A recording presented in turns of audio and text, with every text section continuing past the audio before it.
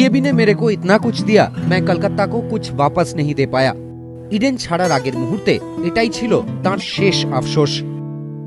CAB আমাকে যত কিছু উপহার দিল, কলকাতাকে ফিরিয়ে দিয়ে যেতে পারলাম না। শেষ বেলায় ভারতীয় দলের স্থানীয় ম্যানেজার সন্দীপ দাসকে এমনটাই বলেছিলেন খোদ সচিন তেন্ডুলকার। আর এই মন্তব্যই প্রমাণ করে কলকাতা এবং ইডেন শেষবার ছাড়ার আগে কতটা মনমরা ছিলেন কিংবদন্তি। ভারতীয় দল যখন ড্রেসিং রুমে বিজয় উৎসবে, তখন থমথমে মেজাজে ছিলেন মধ্যমণি। এবিপি আনন্দকে এমনটাই জানালেন সচিনের সঙ্গে গত 5 দিন ড্রেসিং রুমে কাটানো ভারতীয় দলের স্থানীয় ম্যানেজার। যাওয়ার আগে ও বলে গেল কলকাতা সিএবি যে অভ্যর্থনা দিয়ে তাকে আমি ফেরত দিতে পারলাম, এটাই আমার আফসোস থেকে গেল। দ্বিতীয় দিন বিতর্কিত লেগ বিফোরের পর থেকেই মেজাজটা খিঁচড়ে ছিল সচিনের। রোহিতের সেঞ্চুরির পর বারান্দায় হাততালি দিতেও বেরোননি। আর তৃতীয় দিন খেলা ভাঙার পর পুরস্কার বিতরণের আগেই সচিন সিদ্ধান্ত নেন রাতেই মুম্বাই ফেরার। সঙ্গে সঙ্গে ভারতীয় দলের ম্যানেজার সতীশ মুম্বাই কলকাতার সান্ধ্য ফ্লাইটের খোঁজ শুরু করেন। শেষমেশ 7:40-এ ফ্লাইটের তড়িঘড়ির সিট বুক হয়। টিম হোটেল থেকে আলাদা গাড়িতে চলে আসে সচিনের প্রয়োজনীয় সামগ্রী।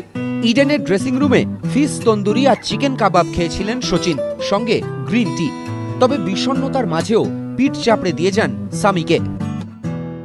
স্বামীকে পিঠ চাপড়ে বাহাবা দিয়ে বলে গেল আই উইশ লং জার্নি। তারপরে সচিন একটু ইমোশনাল হয়ে গেল। ইমোশনাল হয়ে সচিন তারপরে তার যাওয়ার কলকাতা বম্বে ছেড়ে বম্বে যাওয়ার তোড়জোড় শুরু করলো।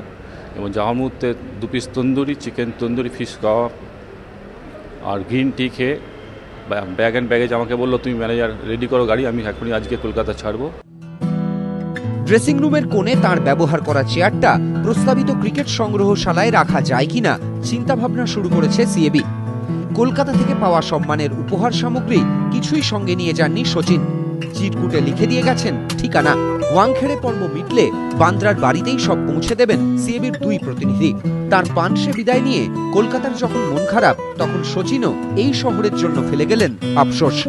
প্রদীপ্ত গোস্বামী, এবিপি আনন্দ, কলকাতা।